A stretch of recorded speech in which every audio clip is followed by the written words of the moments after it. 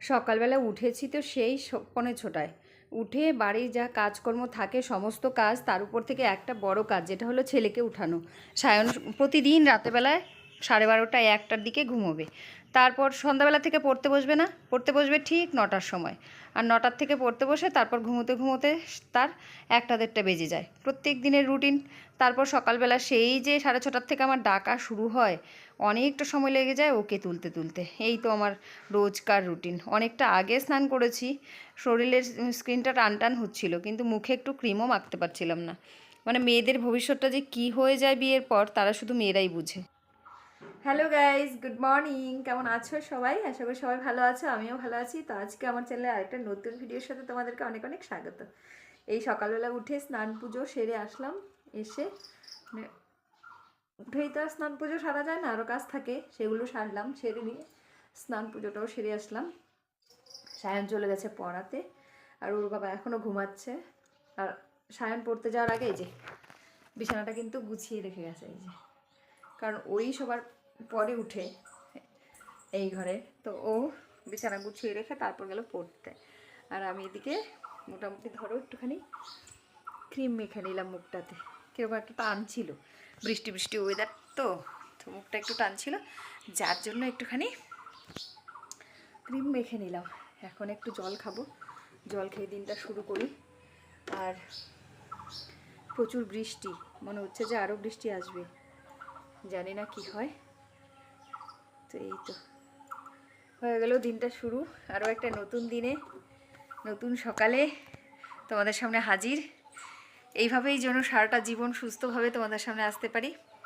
দেখো, ভিডিও থেকে পয়সা আর্ন করি না করি এইসব পরের কথা।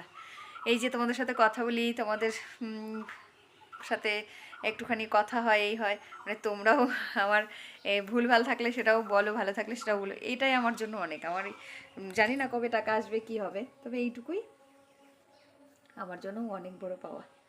কথা বলার লোক নেই, তোমরাই আমার কথা বলার লোক।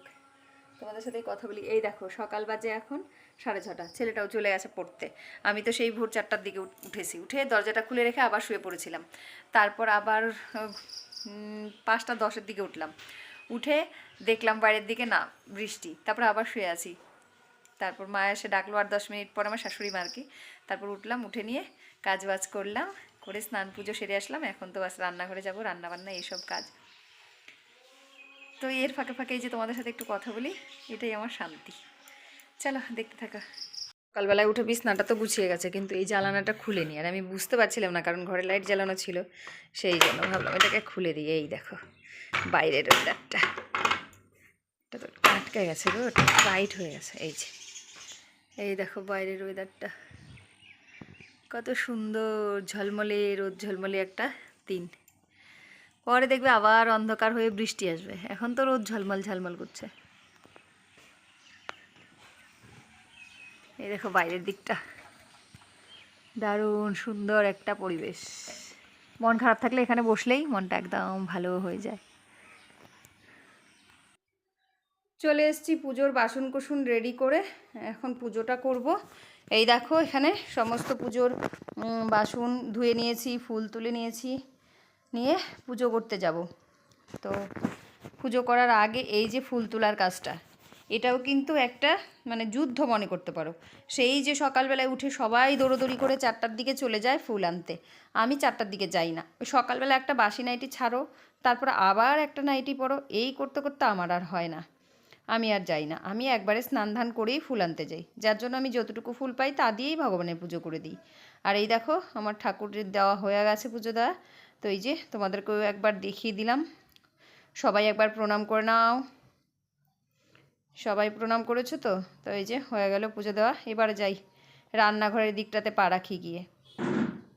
রান্নাঘরে এসে সকালবেলায় আলু সেদ্ধটা লাল লাল দেখতে পাচ্ছ তো, এর মধ্যে টমেটো পেঁয়াজ শুকনো লঙ্কা ভেজে মেখেছি, আর কাঁচা পেঁয়াজ আর ডিমের অমলেট এই যে নিয়ে বসেছি। মুসুরির ডাল হয়েছে, কিন্তু আমি আজকে ডাল খাবো না, যার জন্য এই দিয়েই সকালের ভাতটা খাবো। তারপর আবার চলে এসেছি রান্নাঘরে সকালের খাওয়া দাওয়ার পরে। এখানে দেখতে পাচ্ছ সাইডে যে বড়াগুলো রয়েছে, এই যে এখানে রয়েছে ডালের বড়া, ছোট ছোট করে ডালের বড়া করেছি মটর ডাল দিয়ে, আর তার মধ্যে কালো জিরে দিয়েছি, যেটা দিয়ে আমি করব আলু দিয়ে তরকারি। আর এই যে সাইডে বড় বড় বড়াগুলো দেখতে পাচ্ছ, এই বড়াগুলো, এগুলো কিন্তু খাসির চর্বির মতো লাগে খেতে, একদম দারুণ চর্বির বড়ার মতো লাগে।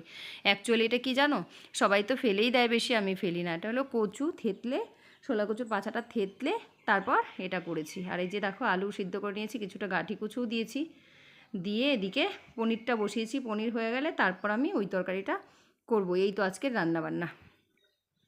রান্নাবান্না করে ভীষণ রোদ উঠেছিল আর অনেক আম মাখা খেতে ইচ্ছে করছিল। তো এদিকে আমি আমার বান্ধবীকে সুমাকে ফোন করেছি যে চল যাই আম মাখা খাবো। আমার ঘরে আম ছিল, আর কারো ঘর থেকে কাঁচা লঙ্কা, কারো ঘরের কাসন্দি, এই দিয়ে আম মাখা করেছি সবাই মিলে।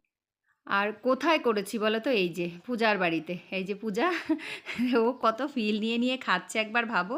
তো আমরা চলে এসেছিলাম পূজাদের বাড়িতে, পূজা ফোন করেছিল তাই পূজার এখানে চলে এসেছি। আর এখানে এসেই আম মাখা করেছি, আর আম মাখাটা খাচ্ছিলাম, এত মজা হচ্ছিল, এত মজা হচ্ছিল। আর আমটা কিন্তু আমিই মেখেছিলাম। তো এইভাবে মেখেছি। এখানে আমাদের এই আড্ডাটাতে কিন্তু মৌসুমিও ছিল, কিন্তু মৌসুমি যেহেতু স্নান করবে ও বাড়ি চলে গেছিলো, কারণ আমাদের স্নান হয়ে গেছিলো সবারই, ওর স্নান হয়নি, যার জন্য ও চলে গেছে। ওরটা বাটিতে করে তুলে রেখেছি, দিয়ে দেবো, ও খাবে। আর এদিকে আমরা কিন্তু খুব মজা নিয়ে খাচ্ছিলাম। আম মাখা খেয়ে দিয়ে বাড়ি এসছি, তখন সময় বাজে 2:30। ঘড়িতে এসে দেখি 2:30 বাজে। তারপর শুয়েছিলাম আধ ঘন্টার মতো, তারপর উঠে দোকানটা খুলেছি। আর যেই না দোকানটা খুলেছি দেখো বৃষ্টি, মানে আমিও দোকানটা খুলেছি আর বৃষ্টিও শুরু হয়েছে। কতটা জোরে বৃষ্টি হচ্ছে দেখতে পাচ্ছ তোমরা, পাহাড়টা পুরো ঢেকে আছে। আর যতক্ষণ না পাহাড়টা পরিষ্কার হবে ততক্ষণ কিন্তু আমাদের এখানে এই বৃষ্টিটা বাড়তেই থাকবে। তো দেখো প্রচুর বৃষ্টি হচ্ছিল, কি আর করব। বৃষ্টির মধ্যে ওই বসে বসে মশা মারছিলাম, মশা কামড়াচ্ছিল। আর কাস্টমার তো নাই বললেই চলে, একটাও নেই, আসেনি। কারণ এত বৃষ্টিতে কি আর কেউ আসে, খুব দরকার যদি কারো হয় তারা আসবে। ফলের দোকানে নিশ্চয়ই কারো এত বৃষ্টিতে আসার দরকার নেই, তাই আসেনি। তো চলো বৃষ্টিটা কমুক। বৃষ্টিটা কমেছে আর এখন বাজে 5:45 মতো। দেখো জল, মনে হচ্ছে যে সুইমিং পুল, প্রচুর জল জমা হয়েছে। এর কারণ কি জানো, আমাদের বাড়ির সামনে যে নালা রয়েছে, এখন তোমরা কিন্তু নালাটা আর দেখতে পাবে না, নালার মধ্যে পুরো জল জল ভর্তি, নালা পুরো ভর্তি হয়ে গেছে। আর যার জন্য কিন্তু এই আমাদের বাড়ির উল্টো পাশেরটা, এটা অপোজিট সাইড, ওই দিকেরটা কিন্তু এইভাবে পুরো রাস্তায় জল উঠে গেছে, নালার জলগুলো দেখতেই পাচ্ছ।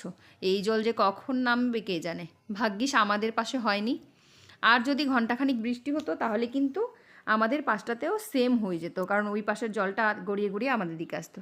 এইদিকে দেখো সূর্যও অস্ত যাচ্ছে আস্তে আস্তে, দেখতে পাচ্ছ লাল হয়ে আসছে। আর সবার কিন্তু লাইট জ্বালানো শেষ দোকানে দোকানে। এবার আমিও একটু উঠেছি, কারণ ঘরে যাব, সন্ধ্যা দিতে হবে, তো দিয়ে এসে তারপর আবার দোকানে বসবো। দোকান বন্ধ করে আসছি, দোকান বন্ধ করে ঘরে চলে এসেছি, সময় বাজে 8:30। আর এখন আমি এদিকে লেচি কেটে নিয়েছি, দেখতে পাচ্ছ লেচিগুলো একটু বড় বড় করে করেছি, কারণ পরোটার মতো করেই লুচি ভাজবো, একটু বড় বড় করে, কারণ ছোট ছোট করলে অনেকগুলো করতে হবে সেই জন্য। আর আমার বর সায়নের বাবা তো খান না, তার জন্য করব রুটি। তো এদিকে তেলও বসিয়ে দিয়েছি, এই যে হাত দিয়ে একটু দেখে নিলাম তেলটা গরম হয়েছে কি না। তো এই এখন এর মধ্যে একে একে সমস্ত লুচিগুলো ভেজে নেব। আর এই পাশে তাওয়াটা বসিয়ে দিয়েছি, কারণ রুটি ভাজবো সেই জন্য। তো চলো কমপ্লিট ভাজা হয়ে গেলে তারপর আবার দেখাবো।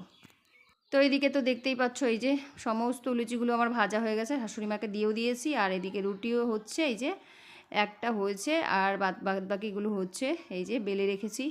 তো সমস্ত বলতে 4টেই রুটি করব, আর বেশি রুটি করব না, 4টে রুটি হলেই ওর হয়ে যায় রাতেবেলায়। লুচি তো হয়েই গেছে, এবার রুটিটা হয়ে গেলে ঘরে নিয়ে যাব। আর কারেন্টও মনে হয় থাকবে না, বারবার বিদ্যুৎ চমকাচ্ছে, কারেন্টটা যাচ্ছে আসছে, কখন। চলো রুটিটা ভেজে ঘরে যাই। এদিকে দেখতেই পাচ্ছ কতক্ষণ ধরে ওয়েট করতে হয় কখন রুটি ফুলবে, আর রুটি যেন তাড়াহুড়োর সময় হতেও চায় না।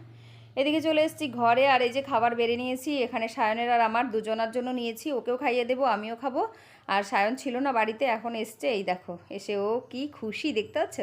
তো চলো ভিডিওটা এখানেই শেষ করে দিচ্ছি, টাটা।